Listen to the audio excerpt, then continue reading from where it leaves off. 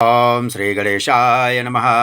नमस्कार प्रिय मित्रों, मैं आपका ज्योतिष मित्र राजकिशोर पांडे। मेरे YouTube चैनल ज्योतिष सार में आपका स्वागत है। मित्रों, मेरा यह चैनल आपको Facebook, YouTube, Instagram, WhatsApp आदि में भी उपलब्ध है। आज विषय चर्चा जो है वह सकट योग क्या होता है। दशरथ जी ने कहा था अपनी मृत्यु से आने से पहले कि सकट योग का निर्माण हो रहा है। ऐसा दशरथ जी ने कहा था।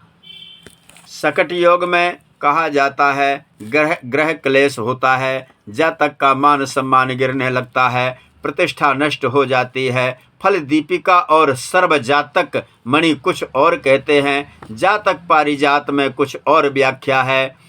अधिकांश यही व्याख्या है कि सकट योग फलदायी नहीं होता है। आखिर यह सकट योग होता क्या है? सकट का मतलब गाड़ी होता है। गाड़ी कोई भी हो, लेकिन वस्तुतः चंद्रमा और गुरु की स्थिति का वर्णन है। जबकि चंद्रमा से गुरु छठे या आठवें घर में हो, अधिकांश जन्मपत्रियों में यह सकट योग देखने को मिलता है। और भी कई कारण हैं, लेकिन आप हैरान होंगे, आचार्य रजनीश की जन्मपत्री में यह सकट योग था। मायावती जी की जन्मपत्री में यह सकट योग था।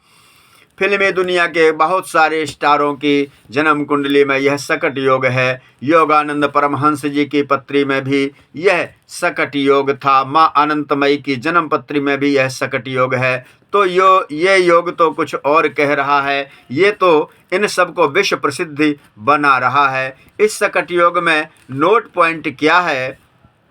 चंद्रमा और गुरु की स्थिति यदि चंद्रमा गुरु से केंद्र में आ जाए तो सकट योग भंग हो जाता है। यदि चंद्रमा गुरु दोनों में से कोई उच्च के हों या स्वराशि के हों या मित्र राशि के हों तो सकट योग भंग हो जाता है। चंद्रमा केंद्र में हो, स्वराशि का हो, सकट योग भंग हो जाता है। यदि मंगल चंद्रमा को देख ले, सकट योग भंग हो जाता है। और भी बहुत सारे कारण हैं। वस्तुतः चंद्रमा गुरु की स्थिति अच्छी हो तो ये योग मान सम्मान दिलाने लगता है। फिर इस योग में रूपांतरण हो जाता है। सकट योग से मुकुट योग बन जाता है। यदि शनि की दृष्टि पड़ जाए तो त्यागी वीतरागी हो जाता है, योगानंद परमहंस बन जाता है। ऐसा व्यक्ति शनि आस्पेक्ट्स दिस कॉम्बिनेशन, यदि शनि का कॉम्बिनेशन मून के साथ बन जाए तो ऐसा व्यक्ति योगानंद परमहंस भी बन जाता है। मित्रों, आज तक के लिए आप सबको मेरा नमस्कार।